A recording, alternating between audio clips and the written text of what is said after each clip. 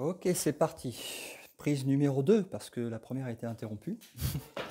Donc aujourd'hui, je voulais vous parler de choses qui sont racontées dans l'actualité, non pas géopolitique.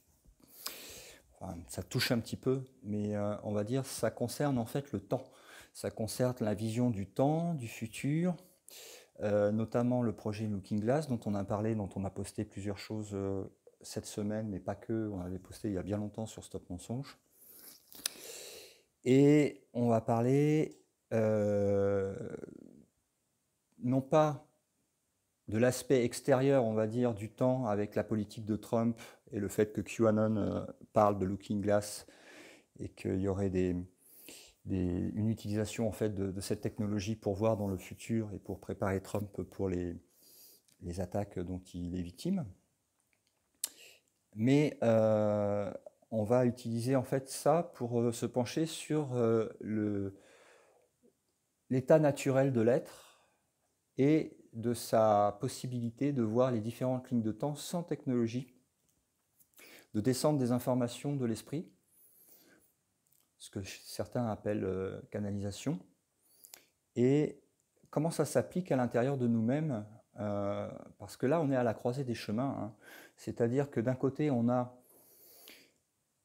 cette, cette voie qui part du passé et qui se dirige vers le futur, qu'on appelle l'évolution, mais qui est dans la ligne de temps, qui est coincé en fait dans le temps, l'espace et les objets et le temps linéaire. Et puis d'un autre côté, on a la sortie en fait de cet espace-temps linéaire qui amène vers le réveil, à l'être.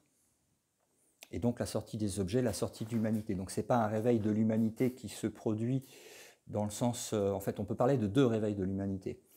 Il y a le premier réveil de l'humanité qui est apprendre en fait les choses du passé, sur quoi ils ont été trompés, etc. Et puis continuer sur le chemin du futur. Bon, c'est le premier, on va dire, c'est le premier aspect du réveil. Mais le vrai réveil, le deuxième aspect, c'est le réveil de l'humanité, c'est-à-dire sortir de l'humanité, se réveiller de l'humanité, de la matière, de l'ego, de ces histoires de lignes de temps, etc., etc., pour retrouver la présence immuable, éternelle de l'être, ce qu'on appelle l'illumination ou le réveil. Donc il y a une sorte de croisée des chemins. Cette croisée des chemins, elle avait été illustrée très bien dans le film Matrix, même si après c'est un peu, ça part en romancé, parce que pour les films d'Hollywood, si vous voulez, il n'y a pas possibilité de montrer le vrai réveil. Euh, Parce que ça sort du monde des objets et les images sont faites pour montrer des objets. Donc c'est la limite en fait. Mais il y a des métaphores qui sont utilisées dans les films pour conduire un peu vers, pour mettre le panneau indicateur vers là où ça pointe. Et dans le film Matrix, ils parlent et à un moment ils arrivent sous le pont et c'est là la croisée des chemins. Il arrive sous le pont et il y a un mur d'eau devant qui coule du pont. Et la voiture s'arrête et il est demandé en fait au personnage du film de se laisser faire et euh, qu'il va y avoir en fait un retrait en fait d'une sorte de tracker qui est un implant, un tracker, ils appellent ça dans le film, qui avait été mis dans son ventre, de manière à pouvoir passer le pont, passer le mur d'eau, et passer, alors l'eau ça représente le mental, hein. Donc passer le mur d'eau, passer le plan du mental, qui limite en fait au monde des objets. Et donc il y a cette peur qui arrive en fait à ce moment-là chez Neo, parce qu'il sait qu'il n'y a pas de... C'est terminé. Ce qui s'est passé avant, toute sa vie d'humain dans la matrice, c'est terminé. Donc il y a une peur qui se crée et il va essayer de sortir de la voiture en fait. Et Trinité le rattrape en lui disant non mais tu veux pas aller là-bas parce que tu sais d'où tu viens, tu sais où ça va. et en lui parlant du passé, en fait.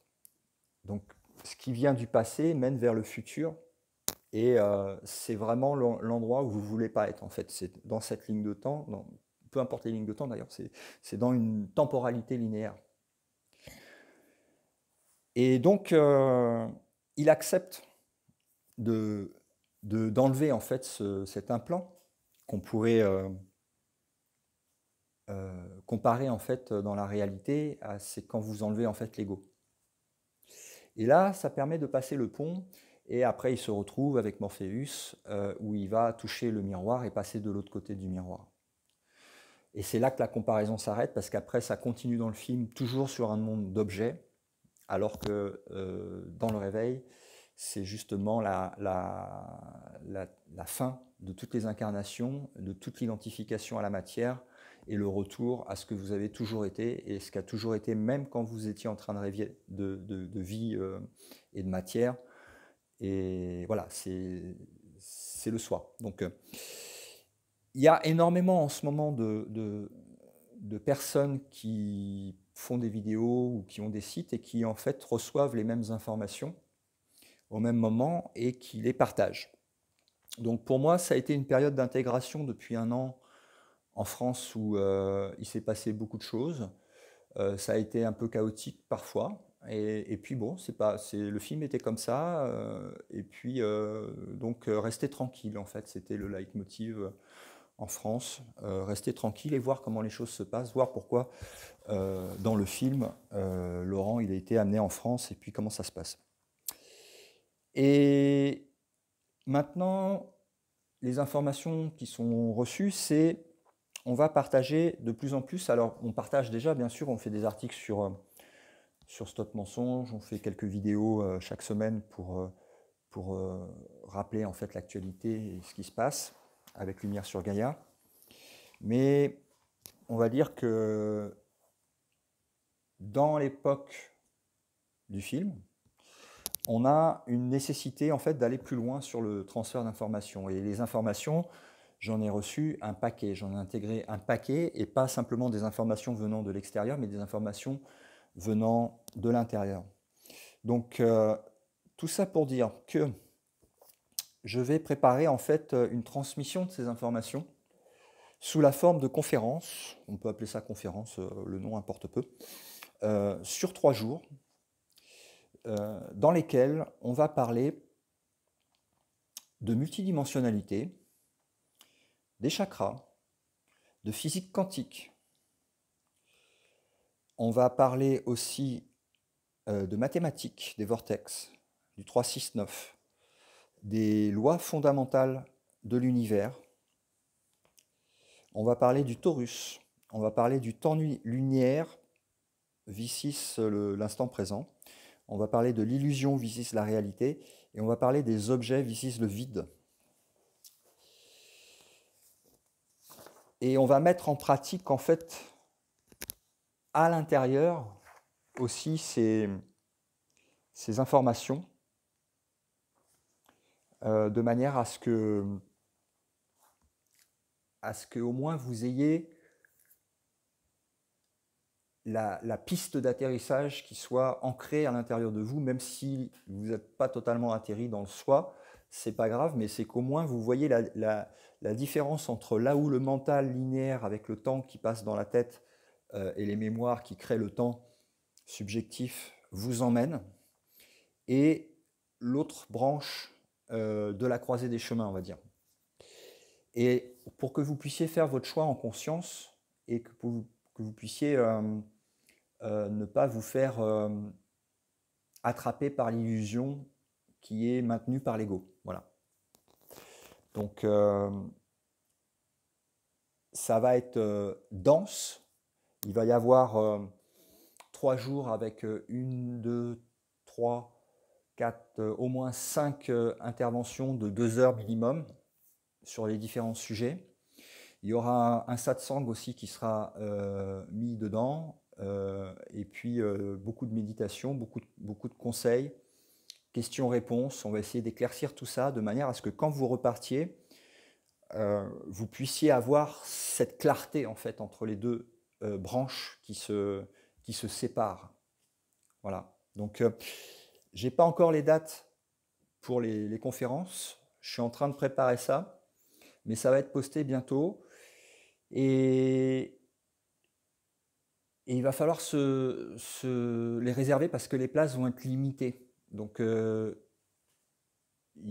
parce que je vais le faire ici et on a nombre de places qui seront limitées. Donc, je vais être obligé de limiter les places et de mettre un petit tarif pour faire cette conférence parce que sans quoi on ne peut pas savoir qui vient et quelle est la limite. Donc on est obligé d'utiliser à un moment euh, le- la réservation avec un système monétaire. J'aime pas trop ça parce que pour moi, c'est des informations que j'ai reçues gratuitement et que pour moi, il n'y a aucune information qui vient de moi. Donc tout est là pour être partagé et puis partagé au plus grand nombre.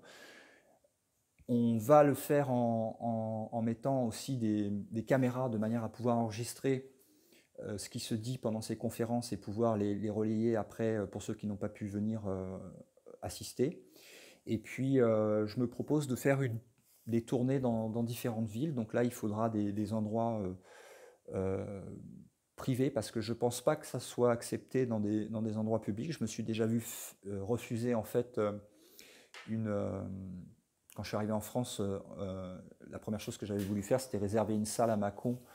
Et en fait, ça m'avait été refusé. Donc, on- disons que ceux qui reçoivent et transmettent ce genre d'informations sont sous très haute surveillance. Et donc, il va nous falloir des endroits pour faire des conférences, tout simplement. Donc, là, on verra, ça se fera par synchronicité. Il y a des invitations qui arriveront et puis ça se fera quand ça se fera. Mais déjà, on va faire la première. Et donc voilà, c'était pour vous dire, il y a beaucoup d'informations à partager et, et c'est maintenant, quoi. C'est à la croisée des chemins, on y est. Il se passe des choses absolument incroyables dans le film, mais ce que nous sommes est encore plus incroyable. Donc là est la croisée et je vous attends très bientôt, je vous tiendrai au courant. Suivez Stop Mensonge, il y aura les dates et tout, et on reparlera de tout ça. À très bientôt, passez une bonne journée. Namasté.